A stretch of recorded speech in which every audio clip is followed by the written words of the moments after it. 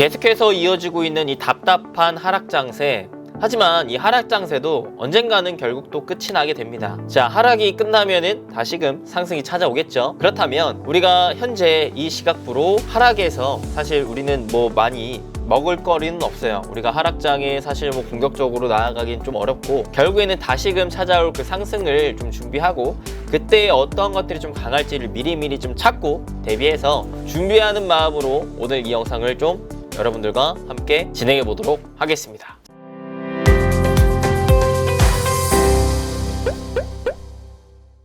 자, 행복 여러분들 반갑습니다. 네, 여러분의 행복 파트너 이수민 대표입니다. 자, 오늘은 여러분들과 좀 다뤄볼 주제는 바로 결국에 이 하락 장세가 다시금 끝이 나게 되고, 끝이 나게 된다면은 또 상승이 찾아오게 될 거죠. 그러면 우리 좀 생각을 해야 돼요. 결국 이 하락 장세가 끝이 날 것이느냐, 끝이 나고 상승을 하게 된다면은 어떠한 주식들이 또 강할 것이느냐. 사실 우리가 주식 투자를 할 때 있어서 하락 장세 때는 많이 먹을 거리가 많지 않습니다. 오히려 우리 자금을 좀 지켜내는 것이 더 중요하죠. 그러면 지켜냈다가 다시금 공격할 만한 타이밍이 왔을 때 그 어떠한 것들을 우리가 공략을 해야 되느냐, 공격을 해야 되느냐, 이런 부분들을 그 시기가 오기 전부터 미리미리 알고 준비를 해내야지. 그래도 똑같이 당하더라도 다시금 상승이 찾아왔을 때 남들보다는 한 발자국 앞서 나가서 우리의 또 자금을 되찾아오지 않겠습니까? 그래서 오늘은 그 부분을 좀 우리가 힘들겠지만, 지금 현재는 힘들겠지만 미래까지 힘들지는 않기 위해서 그죠? 그래서 앞으로 우리가 다시금 빼앗겼던 돈들을 찾아오기 위한 효율적인 방법은 또 뭐가 있을지에 대해서 알아보기 위해 단기적으로 우리가 반등 장세에 강할 만한 종목군들을 알아보도록 좀 해보겠습니다. 자, 결국에는 여러분들에게 꼭 말씀해드리고 싶은 게 있어요. 항상 이 썰물이 지나가면 밀물이 찾아오듯 하락이 또 지나가면 결국 상승이 찾아옵니다.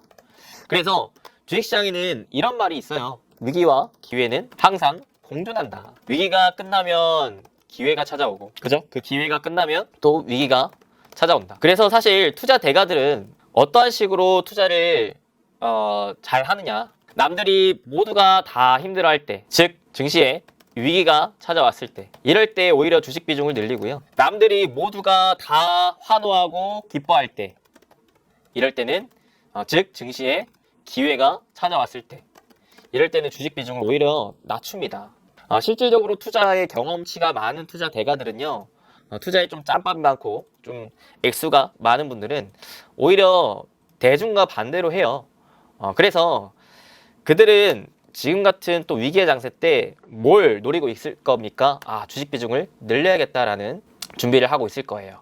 실제로 우리나라 증시만 보더라도 PER 10배 이하, PBR 1배 이하인 현재 상황이기 때문에 전반적으로 우리가 주식 투자를 할 때 있어서 좋은 기업을 싸게 사는 거, 이게 가장 모범적인 투자의 어찌 보면 좀 정답지인데, 근데 이 정답지를 우리가 실질적으로 투자에 뛰어들면 하기가 어렵잖아요, 그죠? 근데 그 원리적으로, 원천적으로 봤을 때 기본적인 개념상 원래 이런 시기에 슬슬슬슬 조금씩 주식 비중을 다시 늘려가야 되는 게 좀 맞는 타이밍인 것 같은데, 지금 사실 지금 같은 장세에서는 가장 좋은 건 쉬는 것이다.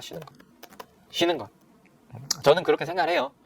굳이 파도가 막 정신없이 치는데, 이런 상황에 우리가 지금 노를 저어야겠느냐. 그러다 노 부러집니다. 다쳐요. 우리 마음도 다치고 우리 몸도 다치고 계좌가 다칩니다. 이럴 때는 쉬고요. 이 파도 뒤에 뭐가 있을지 그 분야에 대한 공부를 좀 하세요. 그리고 내가 조금의 여유가 있다면 좋은 기업 싸게 사서 사 모으는 실천을 하시면 되겠습니다. 이거는 내가 시간에 투자할 자신이 있다면. 근데 그마저도 나는 어렵다 하시는 분들은 좀 더 단편적으로, 좀 단기간적으로 생각을 하셔야 되는데, 자, 그러면 여러분들이 어떠한 투자를 해야 될까를 좀 곰곰이 생각해 볼 필요가 있어요. 내가 과연 지금 이 지긋지긋한 하락을 계속 쳐다보고 있는 게 맞는 건지, 굳이 쳐다보면서 내가 괜히 술 먹고 스트레스 받고 정신적으로 피폐해지고 하는 일도 잘 안 되고 이런 게 진짜 맞는 건지, 내가 주식 투자를 그래서 하고 있는 건지, 아니면 결국에는 이러다가 또 올라갈 건데 그 올라갈 때 뭐가 또 올라갈 거냐를 미리부터 남들이 술 먹고 스트레스 받아 할 때 공부해서 남들이 다 포기하고 던질 때 나는 사서 그 이후의 수익을 내가 쟁취할 것인지, 그 부분을 여러분 계속해서 좀 생각하고 고민하셨으면 좋겠습니다. 저는 여러분들이 그 후자가 되셨으면 좋겠어요. 그래서 저 역시도 지금 하락을 할 때 있어서 이 하락을 계속 포커싱을 맞추고 있지는 않을 거예요. 결국에 그 이후에 다시 올라갈 때, 그 이후에 올라갈 때 뭐가 더 강하게 올라갈 거냐, 그 부분에 좀 더 포커싱을 맞추면서 얘기를 하려고 합니다. 자, 근데요, 이거는 이제 장기적인 그림이고 우리 개인 투자자들의 장기적인 흐름에서 사실 보기는 좀 어렵지만, 일단은 단기적인 그림에서 봤을 때 단기적으로도 마찬가지입니다. 그죠? 단기적으로도 충분히 최근에 이 하락했던 거 이후에 반등장이 찾아왔듯이 이번에 또 하락 이후에 또 반등장이 찾아올 거란 말이죠. 그러면 그 단기적인 반등 장세 때는 어떤 것들이 좀 강할까를 생각해 볼 필요가 있겠다라는 거예요. 단기적인 반등 장세. 장기적으로는 일단 제외하고. 자, 그러면 단기적으로 왜 이렇게 시장이 하락할까? 여러분들 왜 이렇게 하락을 하는 거예요? 가장 큰 거는 사실 이 지정학적 리스크가 가장 큽니다. 미국, 러시아, 우크라이나, 그죠?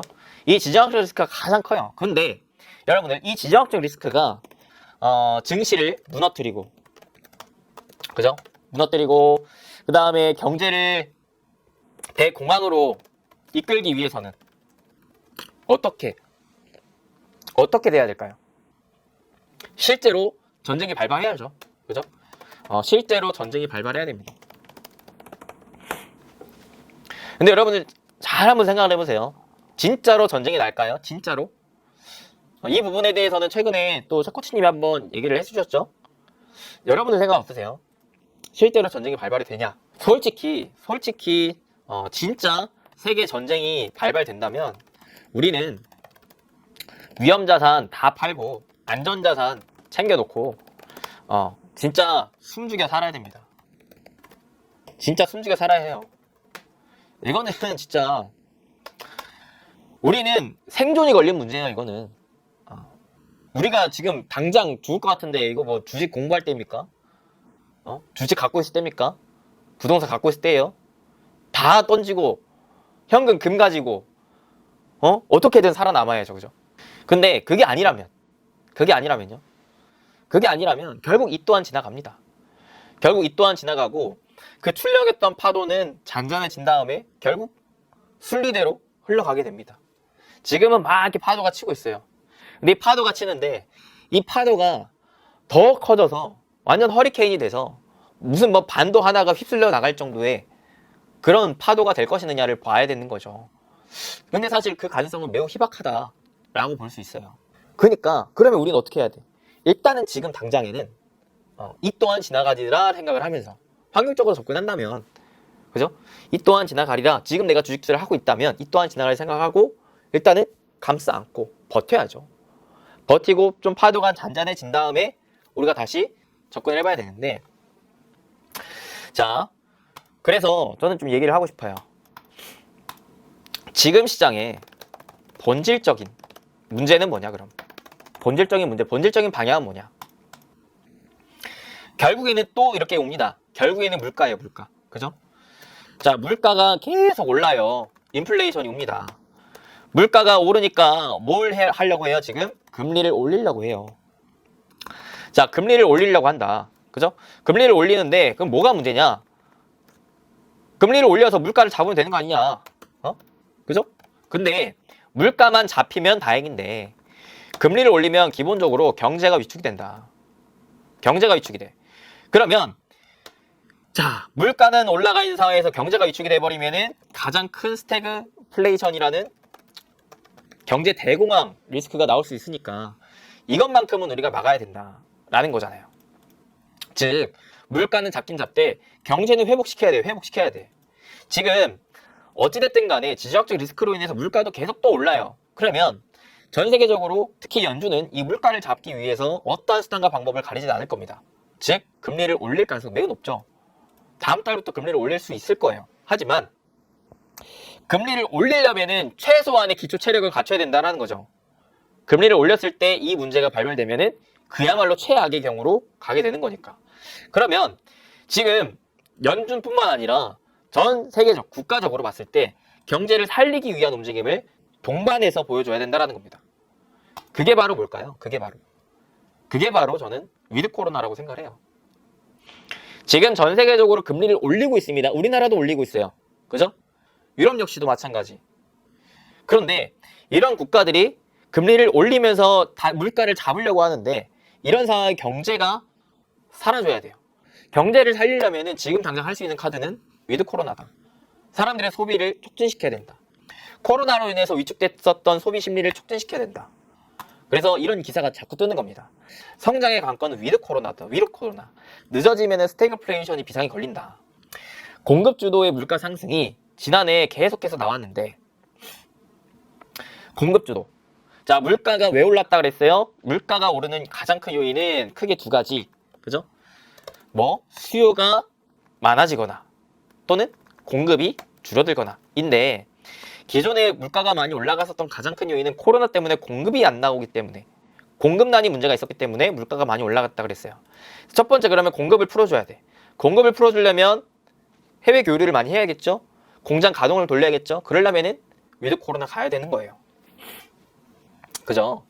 자, 그래서 지금 이 위드 코로나로 향해 가기 위한 발걸음이 계속해서 나오고 있다는 겁니다. 실제로 지금 필리핀 같은 경우에도 백신 접종 완료자의 국경 완전 개방을 하고요. 그 다음에 심지어는 방역을 깐깐하게 맡았던 미국의 수도 워싱턴 DC 역시도 마스크 의무화랑 백신 증명을 해제했다고 합니다. 지금 유럽을 중심으로 북미 계속해서 마스크를 벗고 백신 패스를 철회하고 있어요. 우리나라 역시 마찬가지로 4차 접종 강제 안 한다라고 하면서 오히려 방역 패스를 점차 줄여들까 완화하려는 움직임을 좀 보여주고 있다는 겁니다. 이런 것들이 다 뭐예요? 결국에는 경제를 살리기 위한 움직임이다라는 겁니다. 오케이, 알겠죠? 그러니까 생각을 해봐야 되는 거예요. 지금 안 그래도 물가가 계속 올랐고 이를 잡기 위해 금리를 올릴 건데 결국 금리를 올리는 것은 어찌 보면은 좀 당연한 수순인데 그런 상황에 국가가 해야 되는 것들은 위드 코로나의 가능성이 매우 높다. 자, 하락장이 오면 상승장이 따라와야 된다. 우리가 기본적으로 생각을 할 때 가정을 깔아놓는 거예요. 우리가 하락장을 위해 투자를 하는 게 아니라 상승장을 위해 투자를 한다면 오케이? 전쟁이 나올 게 아니라 이마저 지나가고 다시 투심이 완화가 되면서 주식시장에 돈이 들어온다면 그러면 이 주식시장의 본질에 있어서 어떠한 쪽으로 포커싱이 많이 맞춰질 것인가? 돈들이 어디 쪽으로 들어갈 가능성이 높은가? 어느 쪽이 실질적으로 좀 더 확률 높은 투자일 것인가?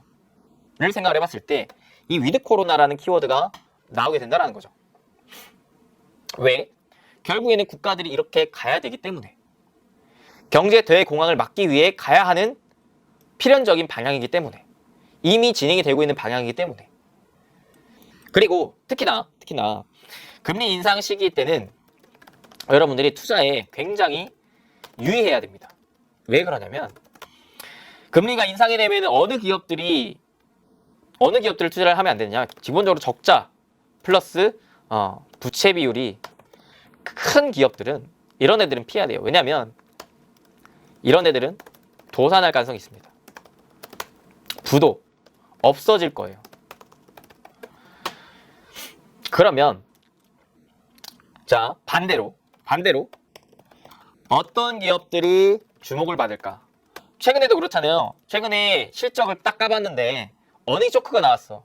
갑자기 낙폭 막 10% 20% 나오잖아요. 30% 나오잖아요. 그죠? 어닝 서프라이즈 나왔어. 갑자기 막 10% 20% 급등하잖아요. 하루 만에. 이게 다 왜 그런 거예요? 금리 인상 시기가 앞당겨지고 있기 때문에.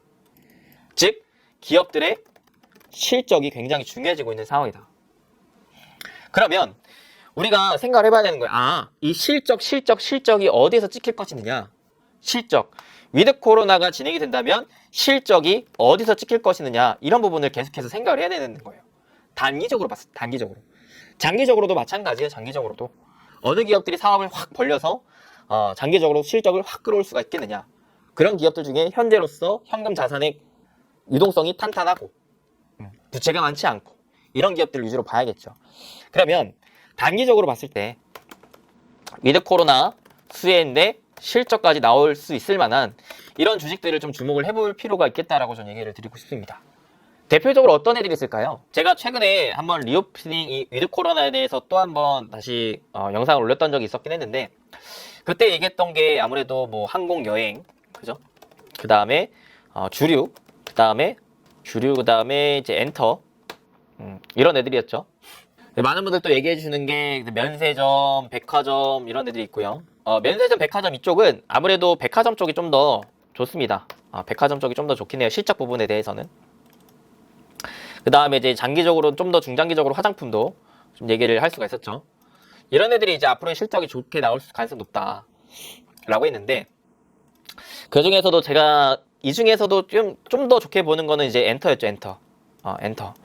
왜냐면은 특히 2분기의 모멘텀이 지금 굉장히 많이 잡혀있기 때문에 콘서트 재개라든가, 그 다음에 그 기존의 그룹들에 대한 기존의 엔터 이 연예인들이 컴백할 것이다라는 모멘텀, 그 다음에 새롭게 데뷔할 것이다라는 모멘텀까지도 계속해서 만들어지고 있는 게 엔터이기 때문에 엔터는 2분기에 우리가 좀 기대를 해볼 수가 있었다. 그리고 이제 특히 엔터 같은 경우에서는 과거 PER 기준 대비했을 때 굉장히 지금 역사적인 저평가 구간으로 좀 내려왔다라고 했었습니다. 그래서 가격적인 메리트도 있고, 그 다음에 앞으로에 올라갈 수 있을 만한 재료들도 워낙 2분기 때 좀 많았기 때문에 엔터주 많이 강조를 드렸는데, 최근에 제가 새롭게 또 읽었던 리포트 한번 보도록 하겠습니다. 요거는 현대차 증권에서 나왔던 리오프닝 관련 리포트입니다. 오미크론 완화 이후 리오프닝 기대 부각. 미국과 유럽을 중심으로 오미크론 확산이 정점을 기록 후 하락하자 전 세계적으로 방역 규제 완화 발표가 잇따르며 경제 복귀 기대가 확산되고 있다. 실제로 미국의 1월 고용 보고서에 따르면 지금 예상치를 대폭 상회했다라는 거예요. 사람들이 일자리에 많이 복귀를 하고 있다라는 겁니다. 오케이? 그리고 리오프닝 관련 부분의 신규 취업자 수가 3개월 연속 증가했다라는 겁니다. 컨택트 관련 분야의 취업자 수가 3개월 연속 증가를 했대요. 이렇기 때문에 지금 이 위드 코로나에 대한 기대감이 높아지고 있다는 것입니다. 자, 그래서 많은 분들이 사실 리오프닝 하면 첫 번째로 떠올리는 게 바로 항공입니다. 항공 여행. 그래서 오늘 이 항공에 대해서 조금만 더 얘기를 해볼게요. 항공, 하나투자증권에서 나온 리포트 보도록 하겠습니다. 일단은 항공에 대해서 여러분들이 좀 알아야 될 게, 코로나 피해를 받았었던 또 대표적인 업종이었어요. 항공. 왜? 각 국가별로 여행길을 아예 막아놨기 때문에. 그죠? 야, 우리나라 오지 마! 딱 막아놨었잖아요. 막아놓으니까, 아니, 뭐 비행기가 갈 일이 없네? 그러니까 비행기 운항도 안 하게 되고, 수요도 줄고, 그죠? 수요가 적으니까 공급도 줄어들어요. 그러니까 총체적 난국이었죠. 야, 그러니까 이제 항공주가 매출을 다 거의 대부분 적자였습니다. 적자. 봅시다. 팬데믹, 코로나로 인해서 사람과 사물의 이동에 차질이 발생을 했다. 자, 실제로 글로벌 항공 여행 여객 수송 실적이 팬데믹 선언 직후인 20년 4월부터 급감을 해서 여전히 바닥을 기고 있다고 합니다. 물론 작년 수송량이 19년 대비 국제선 45%, 국내선 73% 회복을 하긴 했어요. 자, 여객 국제선보다는 국내선 위주로 좀 회복이 되고 있다는 부분. 지금 우상향 추세로 회복을 하고 있긴 하지만 회복 속도가 굉장히 더뎌요. 국제선 같은 경우. 근데 국내선 같은 경우에서는 국제선보다 빠르고 강하게 회복이 나타나고 있고요. 지금 길어지고 있는 팬데믹에 대한 피로도가 백신 접종률 증가 및 바이러스 확산세 소강 국면과 맞물려가지고 자가격리 등의 페널티가 없는 국내 여행 수요로 분출되고 있기 때문이라고 합니다. 기존에 자꾸 막아놓으니까, 아니, 저도 여행을 좋아하거든요. 저도 여행을 좋아하는데, 이게 사람이 그래요. 내가 좋아하는 거를 강제로 하지 말라고 막아놓으면은 더 하고 싶어서 더 하고 싶단 말이야. 근데 이 욕구가 점점 쌓여서 결국 이 욕구를 풀어야 되는데, 국제 여행은 아무래도 격리를 또 해야 되다 보니까 쉽지 않아. 그러니까 이 수요가 자꾸 어디로 가요? 국내로 가는 거예요. 국내 여행길로 자꾸 가게 됩니다. 그런 얘기를 하고 있는 거예요. 국제선의 경우 미주 및 구주 지역의 회복세가 상대적으로 강하게 나타나고 있다고 합니다. 미주 및 구주 지역. 왜 그럴까? 이따 얘기해 봅시다. 일단은 다른 지역 대비 백신 확보 및 보급이 빨랐고 사회적인 이념 역시도 차별적 회복세에 영향을 줬다라는 거. 그래서 국내선의 경우 러시아, 중국, 미국 등의 회복이 눈에 띈다고 합니다. 근데 이런 상황에, 즉 이 여객이 굉장히 안 좋았던 현상과 달리 뭐는 좋았냐? 화물의 경우에는 운임과 물동량이 지속적으로 동반 상승하는 초호황기를 경험했대요. 왜? 일단은 팬데믹이 야기한 경제 위기가 서비스업 중심의 위기였다는 점. 그리고 이로 인해 창출된 신규 재화 수요가 있었다라는 점. 그리고 각국 정부의 막대한 유동성 공급 정책이 주요했다고 판단한다고 합니다. 오호, 오호, 오호. 자, 항공 화물 운임은 시장에서 예상했던 것보다 더 높이 올라 더 오랫동안 고점을 형성하고 있대요. 이렇게 될 수 있었던 가장 큰 요인은 수급 불균형이었다. 여객 수요 급감으로 여객기 운항 횟수 자체가 급감했는데 이게 항공 화물 수송 캐파 역시 축소를 만들었기 때문에, 그래서 공급은 큰 폭으로 줄었지만 물동량이 늘어난 탓에 운임 비용이 지속적으로 상승했대요. 이게 이해가 돼요? 밑에서 좀 더 자세히 설명하겠습니다. 이게 물가는 올라가려면 아까도 뭐라 그랬어요? 수요가 늘어나거나 공급이 타이트해져야 된다고 그랬죠.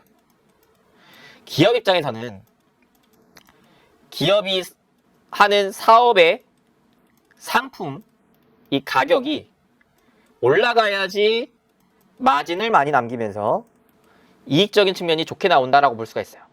그러면 항공주 입장에서 이익을 많이 내려면 뭐가 필요하느냐? 이 항공 물동량, 항공 운임 비용 가격이 올라가야지 항공주가 돈을 더 많이 벌 수 있어요. 그러면 이 항공 운임 비용이 늘어나려면 어떻게 해야 되느냐? 일단은 항공을 쓰려는 수요는 늘어나야 되고, 근데 공급은 타이트해져야 되겠죠. 즉 비행기는 많지 않지만 타려는 사람은 많아야 가격을 올릴 수가 있어요. 자, 그 흐름이 어디에서 나왔다? 화물항공에서 나왔다. 실제로 여객기선은 많이 싸졌어요. 그죠? 많이 싸졌잖아요. 오죽하면은 제주도 항공편만 봐도 알 수 있어요. 무슨 뭐 KTX 타는 것보다 항공이 더 싸잖아요. 그죠? 버스 타는 것보다 항공이 더 쌌었을 때도 있었어요. 왜? 아니 이렇게 여객 항공이 많은데 사람들이 다 안 타려고 하니까 어쩔 수 없이 가격을 다 다운시켰다는 거죠. 공급은 많은데 수요가 적으니까 가격은 다운될 수밖에 없었다. 근데 화물은 달랐다. 그래서 이제 이래서 어쩔 수 없이 여객선들을 다 축소시켰다라는 거죠. 왜? 수요가 없으니까 공급을 타이트하게 만든 거죠. 그래서 가격 안정화를 시키고 마진에 대한 적자의 폭을 줄일 수가 있었는데, 자, 이 여객 항공기들이 줄어들면서 오히려 화물기들이 더 부각을 받아요. 왜? 기존에 여객기에도 화물을 실어가지고 운반을 했었는데 기본적인 여객기들이 줄어드니까 어쩔 수 없이 화물 중심의 항공기들이 움직일 수밖에 없었다. 왜? 여행을 하려는 수요는 없지만 어떤 IT 수요, 기본적으로 수출 수입을 하려는 수요는 자꾸 있었기 때문에, 그래서 물동량이 강하게 나타나고 대한항공 등 화물 영업이 가능한 주요 FSC들은 팬데믹 이전 수준을 뛰어넘는 영업이익을 기록한 거였죠.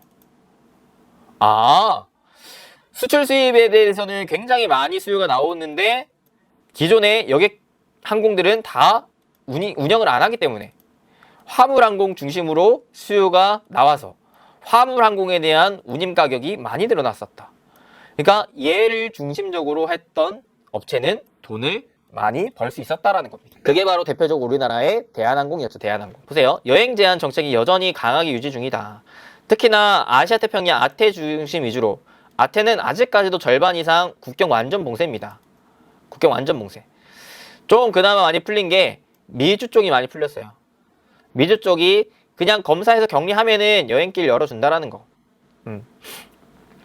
그래서 미주 중심으로 국제선에 대한 수요가 많이 늘어나고 있습니다. 미주 중심으로. 그래서 우리는 일단은 항공주를 볼 때 두 가지 관점으로 좀 볼 필요가 있을 것 같아요. 첫 번째, 자, 실적 부분에서는 어떤 부분을 볼 수 있을까요? 사실 아직 이 여객 항공 쪽은 물음표가 띄어집니다. 물론 미주를 중심으로 국제선에 대한 수요가 늘어나고 있긴 하지만 아직 우리나라 기준으로는 이 여객이 회복이 되진 않고 있기 때문에 국제선 기준으로 사실 애매합니다. 물음표가 자꾸 띄어져요. 얘는 뭐 빠르면 올해 말 내년이나 돼야 좀 회복이 되지 않을까 싶고요. 그러면 일단은 단기적으로 봤을 때, 단기적으로는 결국에는 화물이었다. 화물. 그래서 플러스의 영업 현금 흐름을 기록하고 영업 흑자를 기록하는 항공사, 대표적으로 대한항공, 아시아나항공, 해외에는 델타항공, 중화항공, 에바항공 이런 애들이 있었다. 오케이. 그래서 우리나라 화물 쪽으로는 대한항공과 아시아나항공 이런 애들을 우리는 좀 살펴볼 필요가 있겠다라는 점이죠.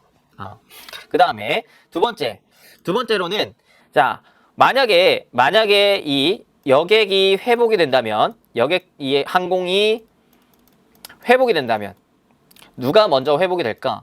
자 사실 수요가 회복이 된다 한들 많은 수요가 한 방에 확 회복되진 않을 거예요. 일단은 누구부터 좀 소수마다 즉 중소형 항공 위주로 여객은 좀 회복이 될 가능성이 높습니다. 자 그래서 안정적인 국내선 여객 마진 확보가 가능한 항공사 이런 애들 좀 봐야 되긴 하는데 중소형 항공 LCC 위주로 좀 볼 필요가 있겠다. 그래서 LCC 중에서는 두 차례 유증을 완료해서 가장 먼저 자본 확충에 성공한 티웨이 항공만이 완전 자복 잠식 상태에서 벗어나 있다. 그 다음에 진에어 같은 경우에는 연말 기준으로 자본 잠식 상태에서 벗어날 수 있을 전망. 제주항공 같은 경우에는 4분기 중에 받았어서 당장에 급한 불은 끌 수 있는 상황. 근데 문제는 아직까지도 바이러스와 관련된 불확실성이 큰 만큼 향후 항공사들의 자본 확충과 관련된 이벤트들의 유무나 규모에 대해서 확언이 어렵다라고 해요. 자, 항공애들을 기존에는 누가 살려줬냐면 정부가 많이 살려줬어요. 사실 정부가 지원을 안 해줬다면 항공은 이미 다 도산해서 없어졌을 겁니다.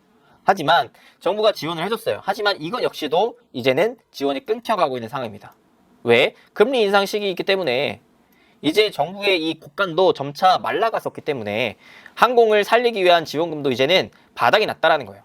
실질적으로 그래서 진행이 안 되고 있는 상황이라서 이제 항공사들 자체적으로 살아남아야 되는데 살아남으려면 어떻게 해요? 당장에 실적이 안 나는데 일단은 유증해야죠. 유증해야 됩니다. 유증. 자본 땡겨와야 돼요. 돈 빌려와야죠. 그죠? 근데 돈을 빌려오는데 돈을 갚을 수가 있어야 될 거 아니에요. 그리고 기본적으로 갖고 있는 자본 대비해서 부채가 많으면 위험합니다. 이거를 이제 완전 자본 잠식이라고 하는데 자본보다 부채가 더 많다라는 거. 이러면은 거래정지 내지 상폐될 가능성도 높아요. 이 기업 자체가 없어질 가능성이 높습니다. 그래서 우리가 투자를 할 때는 최소한 이런 애들은 제외를 해야 되는데 자 많은 분들이 항공 여행을 생각할 때 야 이씨 위드 코로나가 되면은 나라도 당장에 여행 가고 그럴 거냐. 그래서 이런 애들이 기존에 적자였기 때문에 이런 애들이 흑자만 나와줘도 주가 상승폭이 얼마나 크겠어 라고 생각하면서 많이 이쪽으로 뛰어들 거란 말이죠. 근데 이런 부분이 굉장히 위험하다라는 거예요. 왜? 이 부분은 아직 분명하게 물음표가 느낌표로 바뀌는 시대적인 상황이 아니기 때문에 그래요. 왜? 우리나라는 아직 위드 코로나를 실질적으로 시행을 하지 않았기 때문에 여행길이 열리지 않았기 때문에 많이 어렵다. 그러잖아요. 특히나 우리나라는 여행길이 아시아 위주로 열려야 되는데 아까 봤다시피 아직 아시아 태평양 쪽은 여행길이 많이 열리지 않았어요. 그러니까 뭐 미국 항공 위주로 찍을 거면은 이런 애들을 해도 돼요. 그죠? 뭐 델타 항공이라든지 아니면은 여행 쪽 미국에 굉장히 또 유명한 기업 누구 있습니까, 여러분들? 여행 우리가 딱 쳐볼 때 바로 막 쳐서 들어가는 대표적인 사이트 기업 에어비앤비, 뭐 델타 항공 이런 즉 그 미주 쪽에 관련되어 있는 항공 여행 애들은 실질적으로 지금 실적이 찍혀가고 있기 때문에 이런 애들은 잡아도 돼요. 아까도 보셨잖아요, 그죠? 결국에는 여객은 국제선과 국내선이 중요한데 국제선 같은 경우에서는 미주 위주로 많이 풀렸다. 특히 국내선도 역시 마찬가지로 미국 중심으로 많이 풀렸다. 그러니까 미국 관련된 이제 항공 여행 애들은 이미 지금 실적이 찍히고 있어요. 실적이 찍히고 있다. 그래서 뭐 델타 항공, 에어비앤비 이런 애들은 오히려 좋을 수 있지만 근데 국내 기업은 상황이 다르다. 왜? 아직 풀리지 않았다라는 거예요. 풀리지 않았다. 이런 애들 언제 찍어야 되느냐? 아시아 쪽이 최소한 풀리면 그럴 때 찍어야 된다. 실적이 찍히는 걸 확인하고 찍어야 된다. 그래서 일단은 관심만 가져야 되는데 관심을 갖되 가장 우선시 가져야 되는 것은 완전 자본 잠식 상태에서 벗어난 애들. 티웨이 항공 같은 애들. 그 다음에 진에어, 그 다음에 제주항공입니다. 티웨이 항공 보시면 최근에 자 바닥권에서 한 차례, 두 차례 강한 모습 보여줬다가 다시금 빠졌어요. 왜? 오미크론 때문에. 오미크론 때문에 빠졌다. 자 여기에서 다시금 위드 코로나 실질적으로 시행이 된다면 다시 한번 요 추세를 뚫고 올라올 수는 있겠죠. 그죠? 그리고 자, 지금 자본을 봤을 때 자산이 그래도 부채보다는 좀 여유가 있어요. 자본의 여유가 있습니다. 자본의 여유가 있죠. 근데 자, 누구? TV항공 말고 아까 봤다시피 진에어. 진에어 같은 경우에는 지금 완전 잠식되어 있어요. 완전 잠식되어 있어서 지금 보시면은 올해 하반기 정도에야 벗어날 수 있을 것 같다. 그래서 얘는 차트도 마찬가지로 이렇게 보시면 약간의 헤드앤숄더 나와서 무너져 버렸죠. 지금 얘는 여기가 굉장히 강한 저항 구간입니다. 이 라인이 강한 저항이에요. 여기 라인을 종가상 뚫어내기가 쉽지는 않을 겁니다. 뚫어내더라도 다시금 이탈해서 무너질 가능성이 좀 있어요. 하반기 실적 좀 지켜야지만 가능한 범위. 그 다음에 뭐 제주항공 같은 경우. 제주항공도 마찬가지로 자, 얘는 아예 요렇게 추세가 오히려 힘이 약했어요. 그죠? 힘이 약해서 요마저도 무너져 버리니까 아예 또 여기를 회복하지를 못하고 있다. 여기가 굉장히 강한 저항입니다. 여기를 쉽사리 뚫지 못할 거예요. 단위가 뚫어 올리더라도 다시 무너질 가능성이 좀 있습니다. 얘도 보시면은 부채가 자산보다 많아요. 완전 잠식되어 있습니다. 이런 게 최소한 풀려줘야 된다는 거예요. 최소한. 그래야 우리가 조금 관심을 가질 필요가 있겠다. 그래서 중소형 기업 중에서는 그나마 티웨이항공이 관심을 가질 필요는 있다. 관심을. 그러니까 이런 애들이 만약에 실질적으로 뭐 위드 코로나 시행 또는 뭐 아시아 항공에 대한 국제선 뭐 재개 이런 이슈가 떴을 때 오히려 티웨이항공 이런 애들이 좀 부각을 받을 수 있다 정도만 체크를 하셔야 된다. 단기적으로 이슈에 따른 단기 매매 활용하기 위한 체크인 거죠. 그 다음에 진짜 배기 실적이 찍힌 애들은 누구냐? 대한항공, 아시아나항공인데 자, 얘네 보세요. 탄탄하잖아요. 그죠? 그리고 대한항공 같은 경우에 부채 비율을 봤을 때 자, 오히려 부채 비율이 많이 뚝 떨어진 흐름을 볼 수가 있어요. 야, 오히려 부채를 줄였어요. 실적이 잘 나왔죠. 자, 그래서 여기도 말하지만 올해는 여객 수요의 드라마틱한 회복을 기대하기는 좀 어렵다. 화물 운임의 추세적 하향 안정화는 있겠지만 아직까지는 화물 피크아웃 우려가 시기상조라는 판단이다. 왜 그러냐면 자, 여기에 아까 이 화물에 있어서 수요는 누구 중심으로 됐었다? 수요는 비대면 언택트 수요 위주, 언택트 IT 수요 위주, 그죠? 근데 언택트 IT 수요가 계속 이어지고 있어요. 계속해서 코로나 수혜를 받고 있으면서 계속 수요가 늘어나고 있습니다. 그러면서 메타버스 자율주행 시대가 열리면서 더 많이 늘어나고 있어요. 그래서 수요가 끊이질 않은 것 같아요. 하지만 자, 그러면 공급은 계속 타이트할 거냐라는 부분을 봐야 되는데 공급이 타이트해졌던 가장 큰 요인이 여객 화물 항공이 줄어들었기 때문에 공급이 줄어들었던 부분이었어서 결국에 여객이 살아나면은 화물 항공에서 공급이 늘어날 수가 있겠죠. 오케이? 자, 요건 이제 반비례 관계를 생각해야 돼요. 여객이 살아나면은 항공은 상대적으로 줄어드는 거고 여객이 줄어들면 항공은 상대적으로 계속 좋을 수밖에 없어요. 그러니까 당장 올해 여객 수요의 드라마틱한 회복을 기대하기 어렵기 때문에 올해까지는 화물의 긍정적인 흐름이 계속 이어질 가능성이 높겠다 정도만 파악하시면 된다. 아시겠죠? 그래서 적자가 지속되는 기간이 길어질수록 LCC들의 재무 건전성에 대한 투자자들의 의구심은 커질 것이고 방향성은 확실하게 잡혔기 때문에 문제는 시간이다라는 겁니다. 오히려 시간이 지나면 지날수록 LCC 중저가형 이제 항공사들이 없어지면 오히려 남아있는 애들이 더 이후에 상승할 때 큰 폭으로 상승할 수 있어요.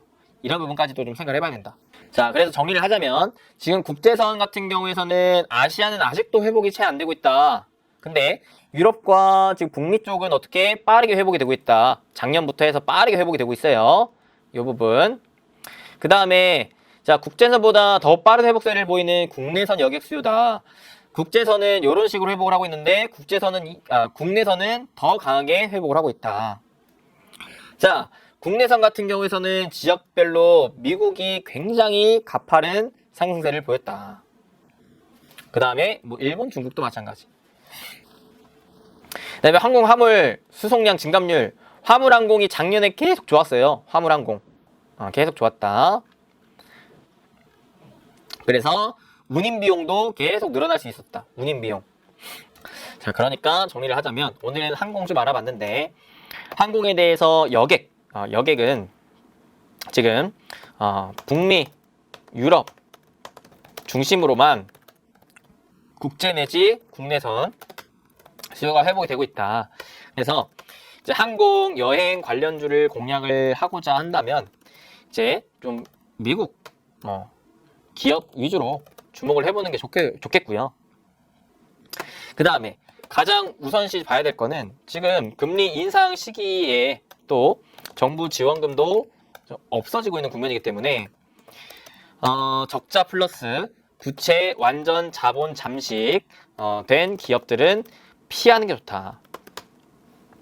여기에 지금 화물 항공행 같은 경우 코로나 오히려 수혜를 받아 실적이 탄탄하게 상승했다. 그 요인은 일단은 여객선 이제 공급의 축소로 인해서 화물 항공기에 대한 공급이 많이 없었고, 근데 그 대신에 어떤 부분 IT 수요를 바탕으로 한 언택트 이제 수출 수입 물량이 계속 많다 보니까 공급은 타이트한데 이 수요는 많으니까 화물 항공에 대한 운임 비용이 자꾸 증가할 수 있었다. 그러다 보니까 요거 이제 관련 기업은 실적이 굉장히 탄탄했었다라는 거예요. 대표적으로 누가 있었다? 이제 대한항공과 아시아나항공이 있었다. 그리고 한 가지 관심을 가져야 될 것은 결국 우리나라의 실질적인 위드 코로나 선언 및 아시아 중심의 국제선 재개 이런 이슈가 붙는다면은 아무래도 완전 자본 잠식을 탈피한 누구? 티웨이항공 이런 데를 한번 관심을 가져볼 필요가 있겠다 정도를 이제 생각을 해보시면 되겠죠. 마지막 그러면 대한항공과 아시아나항공의 흐름 보겠습니다. 자, 대한항공 작년 재작년 실적 보세요, 여러분들. 20년도에 적자긴 했지만 20년도 4분기부터 갑자기 영업이익이 탄탄하게 붙기 시작하면서 작년 3분기, 4분기 때 어마무시한 실적을 만들어냈습니다. 그러면서 부채는 점점 줄여가고 있었고요. 다른 대표적인 항공사들은 부채가 점점 늘어났는데 대한항공은 달랐어요. 부채를 오히려 줄이면서 자산을 늘려갔습니다.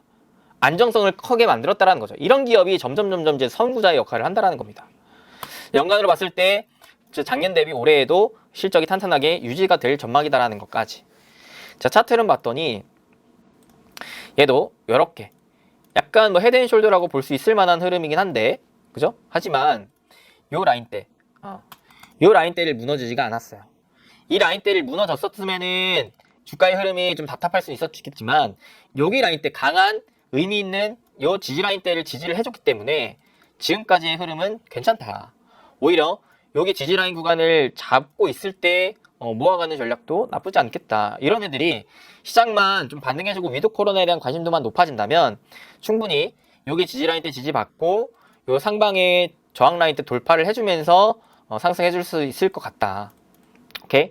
그럼 단기적으로 봤을 때 한 25,000원 구간에서 사서 한 3만원대 초반 부분에서는 좀 팔아보는 게 좋을 수도 있겠다라는 거 체크를 해볼 수 있겠죠. 지금 월봉으로 봤을 때도 요 국면인데, 자, 여기 35,000원 구간만 뚫어준다면 충분히 45,000원 구간까지도 열어볼 수가 있는 거거든요. 그 다음에 이제 아시아나항공 보시면은 얘도 보세요. 자, 작년 4분기에 갑자기 영업이익단이 흑자로 전환이 됐습니다. 자, 작년 지금 2, 3, 4분기 영업이익 흑자였어요. 흑자. 오케이? 그러면서 올해 1분기에도 지금 흑자에 대한 기대감 붙여주고 있고요. 그 다음에 자본도 아직까지는 좀 있습니다. 자, 차트 흐름 보시면 얘가 차트 흐름이 대한항공보다는 썩 좋진 않지만 그래도 얘가 만약에 이 큰 추세상 이 흐름 라인대를 돌파만 해준다면은 충분히 그 이후에 추가적인 상승세도 기대를 해볼 수가 있겠다. 주봉상 본다면 이렇게 볼 수가 있겠네요. 15,000원 라인대가 강한 지지 라인, 그 다음에 3만원대 강한 저항 라인, 이렇게 좀 체크를 해볼 수가 있겠습니다. 그래도 아시아나항공보다는 그래도 대한항공이 안정적인 흐름이긴 하죠. 투자처이기도 하고 참고만 하시면 될 것 같습니다. 그래서 항공에 대한 관심이 좀 많으신 분들이 있을 것 같았기 때문에 오늘 잠깐 또 얘기를 했고요. 그 외에 또 엔터가 사실 저는 개인적으로는 위드 코로나 있어서는 가장 좋아 보이긴 해요. 엔터가 2분기에 뭐 이제 나올 재료도 많고. 그 다음에 또 북미 중심으로 해가지고 유럽도 그렇고 마스크를 벗는다라고 하니까 마스크를 벗으면 그만큼 이 피부, 화장, 여기에 피부 미용까지도 신경을 더 많이 쓸 것 같긴 하거든요.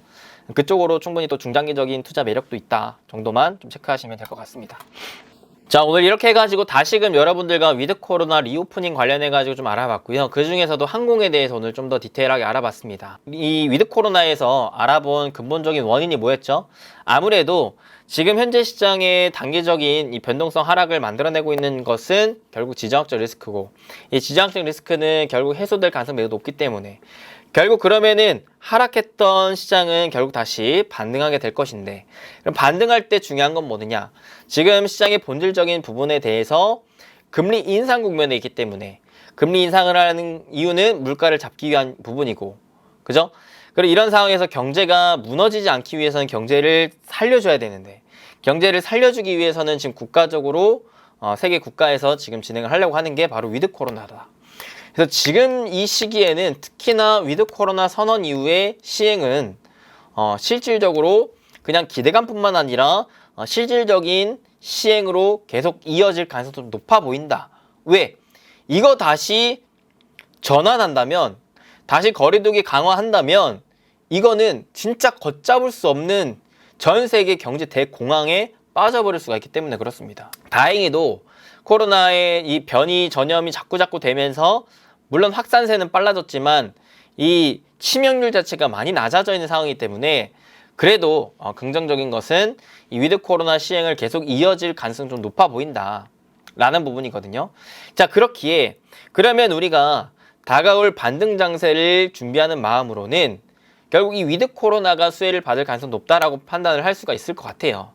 그러면 위드 코로나라고 다 잡는 거냐? 그건 또 아니다. 왜? 금리 인상 시기랑 맞물려 있기 때문에 기본적으로 실적이 안 나오거나 부채가 너무 많은 기업들은 오히려 도태되고 밀려나고 없어질 가능성이 높습니다. 이런 애들은 아예 내 관심에서 빼두는 게 좋아요. 오케이? 그러면 결국에는 실적이 탄탄하면서 위드 코로나 수혜를 받을 수 있을 만한 애들은 누구가 있느냐? 대표적으로 뭐 백화점, 면세 이런 애들도 있고 엔터 있고 뭐 화장품 이런 애들도 있겠지만 일단 직관적으로는 항공과 여행을 볼 수가 있었죠. 근데 문제는 지금 우리나라도 그렇고 특히 아시아 주변 국가들이 아직 이 국제선에 대한 문을 완벽하게 열어두질 않았어요. 근데 이 문을 열어둔 거는 누가 많이 열어두고 있느냐? 미국, 북미 위주로. 그래서 웬만하면은 그쪽으로 관심을 가질 필요가 있겠지만 일단 우리나라를 국한돼서 봤을 때 누가 힘든 상황에서도 굳건히 버티면서 실적을 탄탄하게 냈느냐? 바로 화물항공 운임을 하는 대한항공이었다. 근데 그 대한항공의 이 화물에 대한 실적이 사실 올해까지도 이어질 가능성이 없다. 왜? 여객항공에 대한 다시금 수요 재개가 당장에 발빠르게 나오기는 어려울 것 같기 때문에, 아직까지는 기대감뿐만이기 때문에. 자, 그러면 이 화물항공에 대한 실적이 계속해서 이어진다고 본다면 대한항공 올해 실적도 좋게 볼 수가 있을 것 같고, 여기에 이제 여기까지 풀린다면은 충분히 대한항공 그 이후에 흐름도 좀 기대를 해볼 수가 있지 않겠나. 자, 여기에 뿐만 아니라 만약에 혹시라도 우리나라 이제 위드 코로나 선언 이후에 여행길이 풀리게 된다면 그럼 누가 먼저 좀 부각을 받을 가능성이 높겠느냐? 일단은 최소한 완전 자본 잠식 상태에서는 벗어나야 된다. 그게 바로 티웨이 항공이었다. 특히 또 LCC 항공의 또 비중이 높았었던 게 또 티웨이 항공이었었던 만큼 이 여객에 대한 수요만 좀 회복이 된다면 또 단기간 부각을 받을 수 있을 만한 애는 또 티웨이 항공일 가능성이 높다라는 것 정도만 좀 참고를 하고 계시면 될 것 같습니다. 오케이. 자, 그래서 사실 여행항공 쪽은 우리가 지금 현재로서 투자를 하기에는 굉장히 어렵고 껄끄러운 부분이긴 해요. 하지만 모르면 또 안 된다고 생각을 합니다. 왜? 또 대표적인 위드 코로나 수혜 업종이기 때문에. 그래서 이런 부분들을 잘 참고하셔서 여러분들이 그래도 사소한 투자 포인트 하나하나를 잡아가실 때 있어서 잘 활용해서 그리고 여러분들이 조금이나마 수익을 좀 챙겨가는 데에 좀 도움이 되셨길 좀 바랍니다. 그래서 항상 힘든 시장이지만 하락한다고 계속 하락만 보고 있지 마세요. 결국에는 올라올 것이고, 그러면 그 올라올 것에 우리가 주목을 하고 있다면은 그 올라올 때 맞춰서 남들보다 더 빨리, 더 강하게 더 오를 수 있을 만한 종목군들 잡아놓는다면은 그때 또 한두 발 더 앞서 나갈 수가 있는 거니까 지금 조금 뒤처진다고 너무 불안해하시고 겁먹지 마시고, 아시겠죠? 결국 또 해는 뜹니다. 그때를 또 기약하면서 같이 또 힘내봤으면 좋겠고요. 오늘 영상 조금이나마 도움이 되셨길 바라겠고, 도움이 되셨다면 잊지 마시고, 돈 드는 거 아니니까요, 좋아요, 구독, 알림 설정 한 번씩만 꼭꼭꼭 눌러주시면 감사하겠습니다. 저는 또 다음에 더 좋은 모습으로 더 좋은 정보로 찾아뵐 수 있도록 하겠습니다. 끝까지 시청해주셔서 감사합니다. 수고하셨습니다. 뿅.